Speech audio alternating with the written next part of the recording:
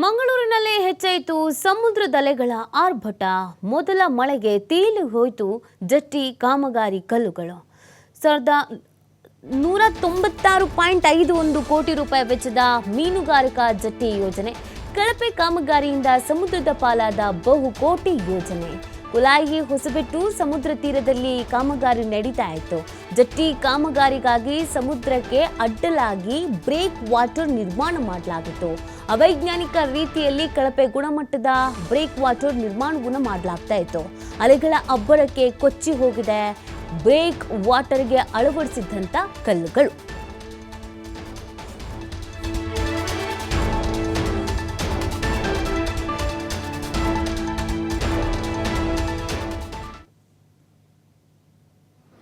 ಸಣ್ಣ ಸಣ್ಣ ಜಲ್ಲಿ ಕಲ್ಲುಗಳನ್ನು ಹಾಕಿದ್ರೆ ಅದರಿಂದ ಯಾವ ಲಾಭ ಇದೆ ಅನ್ನೋದು ಕೂಡ ಇಲ್ಲಿ ಪ್ರಶ್ನೆಯಾಗಿ ಉಳಿಯುತ್ತೆ. ಸಣ್ಣ ಕಲ್ಲುಗಳಿಂದ ಹಿಡಿದು ಒಂದಷ್ಟು ದೊಡ್ಡ ಕಲ್ಲುಗಳನ್ನಷ್ಟೇ ಮೇಲ್ಭಾಗಕ್ಕೆ ಹಾಕಿದರೆ ಆದರೆ ಬಹುತೇಕ ಎಲ್ಲ ಸಮಸ್ಯೆ ಆಗ್ತಾ ಇದೆ. ಇದಕ್ಕೆ ಸಂಬಂಧಪಟ್ಟಂತೆ ಅಲ್ಲಿನ ಸಿಚುವೇಶನ್ ಯಾವ ರೀತಿ ಆಗಿದೆ ಮತ್ತು ಮೂಲ ಮೀನುಗಾರರು ಇದಕ್ಕೆ ಯಾವ ಥರ ಆಕ್ರೋಶವನ್ನು ಹೊರಹಾಕ್ತಿದ್ದಾರೆ ಅನ್ನೋದ್ರ ಬಗ್ಗೆ ನಮ್ಮ ಪ್ರತಿನಿಧಿ ಆದಿತ್ಯ ಒಂದು ವಾಕ್ ಥ್ರೂ ನಡೆಸಿದ್ದಾರೆ. ನೋಡೋಣ ಬನ್ನಿ. ಮಂಗಳೂರು ಭಾಗದಲ್ಲಿ ಸಮುದ್ರದ ಅಲೆಗಳ ಆರ್ಭಟ ಜೋರಾದ ರೀತಿಯಲ್ಲೇ ಇಲ್ಲಿ ಮಾಡ್ತಾ ಇರುವಂಥ ಕೆಲವೊಂದಿಷ್ಟು ಅವೈಜ್ಞಾನಿಕ ಕಾಮಗಾರಿಗಳು, ಕಳಪೆ ಕಾಮಗಾರಿಗಳು ಬಟಾಬಯಲಾಗ್ತಾ ಇರುವಂತಹ ಘಟನೆಗಳು ನಡೀತಾ ಇದೆ. ಅದರಲ್ಲೂ ಪ್ರಮುಖವಾಗಿ ಮಂಗಳೂರಿನ ಸುರತ್ಕಲ್ ಸಮೀಪದ ಕುಳಾಯಿ ಮೀನುಗಾರಿಕಾ ಜಟ್ಟಿ ಸಾಕಷ್ಟು ಒಂದು ಸದ್ದು ಮಾಡಿದ್ದಂಥ ಜಟ್ಟಿ. ಇದು ಸುಮಾರು 196 ಕೋಟಿ ರೂಪಾಯಿಯ ಒಂದು ಕೇಂದ್ರ ಸರ್ಕಾರದ ಯೋಜನೆ ಇದು. ಆದರೆ ಈ ಯೋಜನೆ ಏನಿದೆ ಅವೈಜ್ಞಾನಿಕವಾಗಿ ಕಳಪೆ ಕಾಮಗಾರಿಯಿಂದ ನಡೆದ ಕಾರಣದಿಂದಾಗಿ ಈಗ ಈ ಜಟ್ಟಿಯ ಬಹುಪಾಲು ಸಮುದ್ರ ಪಾಲಾಗಿರುವಂಥದ್ದು ನಾವು ಗಮನಿಸ್ತಾ ಹೋಗಬಹುದು. ಇದರ ವಿರುದ್ಧ ಈಗ ಸಾಕಷ್ಟು ಆಕ್ರೋಶಗಳು ವ್ಯಕ್ತವಾಗ್ತಾ ಇದೆ. ಸದ್ಯ ನಾನು ಅದೇ ಜಟ್ಟಿಯಲ್ಲಿದ್ದೇನೆ. ಮೀನುಗಾರಿಕಾ ಒಂದು ಜಟ್ಟಿ ಮಹತ್ವಾಕಾಂಕ್ಷಿ ಯೋಜನೆ ಇದು. ಯಾಕಂದ್ರೆ ಮಂಗಳೂರು ಭಾಗದಲ್ಲಿ ಮೀನುಗಾರಿಕಾ ಉದ್ಯಮದಿಂದ ಸಾಕಷ್ಟು ಲಾಭವಾಗುತ್ತೆ, ಸಾಕಷ್ಟು ಕೋಟ್ಯಾಂತರ ರೂಪಾಯಿ ವಹಿವಾಟು ಅನ್ನುವಂಥದ್ದು ನಡೆಯುತ್ತೆ. ರಾಜ್ಯದ ಬೊಕ್ಕಸಕ್ಕೂ ಕೂಡ ಇದು ಪರಿಣಾಮಕಾರಿಯಾಗಿರುವಂಥದ್ದು. ಆದರೆ ಈ ಮೀನುಗಾರಿಕಾ ಕೇಂದ್ರವನ್ನ ಬಹಳ ಒಳ್ಳೆಯ ರೀತಿಯಲ್ಲಿ ಅಭಿವೃದ್ಧಿ ಮಾಡಬೇಕು ಅನ್ನುವಂಥ ದೃಷ್ಟಿಕೋನದಿಂದ ಈ ಒಂದು ಮೀನುಗಾರಿಕಾ ಜಟ್ಟಿಯ ಯೋಜನೆ ಮಂಗಳೂರಿಗೆ ಬರುತ್ತೆ.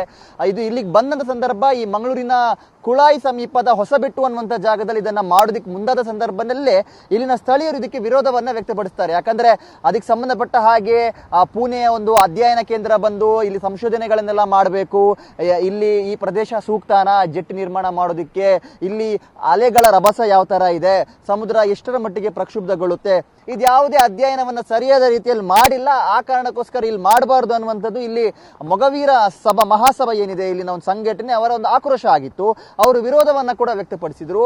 ಆದ್ರೆ ಅದೆಲ್ಲವನ್ನ ಕೂಡ ಮೀರಿ ಇಲ್ಲಿ ಈ ಒಂದು ಕಾಮಗಾರಿ ಅನ್ನುವಂಥದ್ದು ಲೋಕಾರ್ಪಣೆ ಆಗುತ್ತೆ, ಕಾಮಗಾರಿ ಪ್ರಾರಂಭವಾಗುತ್ತೆ. ಆದ್ರೆ ಈಗ ಮಳೆಗಾಲ ಬಂದಂತ ಸಂದರ್ಭದಲ್ಲಿ ಈ ಜಟ್ಟಿಗೆ ಹಾಕಿದ್ದಂತ ಅಂದ್ರೆ ಈ ಜಟ್ಟಿಯ ಬಹುಪಾಲು ಭಾಗ ಅನ್ನುವಂಥದ್ದು ಸಮುದ್ರ ಪಾಲಾಗಿದೆ.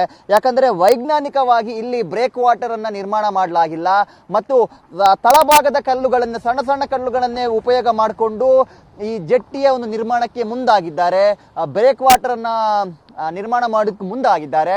ಹಾಗಾಗಿ ಈ ಕಾಮಗಾರಿ ಅನ್ನುವಂಥದ್ದು ಈಗ ಅರ್ಧಕ್ಕರ್ಧ ಸಮುದ್ರ ಪಾಲಾಗಿದೆ. ಇದರ ಅನುದಾನದ ಬಹುಪಾಲು ಭಾಗ ಸಮುದ್ರದಲ್ಲಿ ತೇಲಿಕೊಂಡು ಹೋಗಿದೆ ಮತ್ತು ಕಳಪೆ ಗುಣಮಟ್ಟದ ಒಂದು ಕಾಮಗಾರಿ ಅನ್ನುವಂಥ ಒಂದು ಆಕ್ರೋಶ ಕೂಡ ಕೇಳಿ ಬರ್ತಾ ಇದೆ. ಯಾಕಂದ್ರೆ ಒಂದು ರೀತಿ ಸಮುದ್ರಕ್ಕೆ ದಿಗ್ಬಂಧನ, ಇಲ್ಲೊಂದು ಬ್ರೇಕ್ ವಾಟರ್ನ ನಿರ್ಮಾಣ ಮಾಡಿ ಜೆಟ್ ನಿರ್ಮಾಣ ಮಾಡಬೇಕು. ತಾವು ವಿಜುವಲ್ಸ್ ಅಲ್ಲಿ ನೋಡ್ಬೋದು, ಇದೆಲ್ಲ ಇಷ್ಟು ಜಾಗ ಏನ್ ತಾವು ನೋಡ್ತಾ ಇದ್ದೀರಾ, ಇದು ಮೀನುಗಾರಿಕಾ ಜೆಟ್ಟಿಗಂತ ಮೀಸಲಿಟ್ಟಿರುವಂತ ಜಾಗ.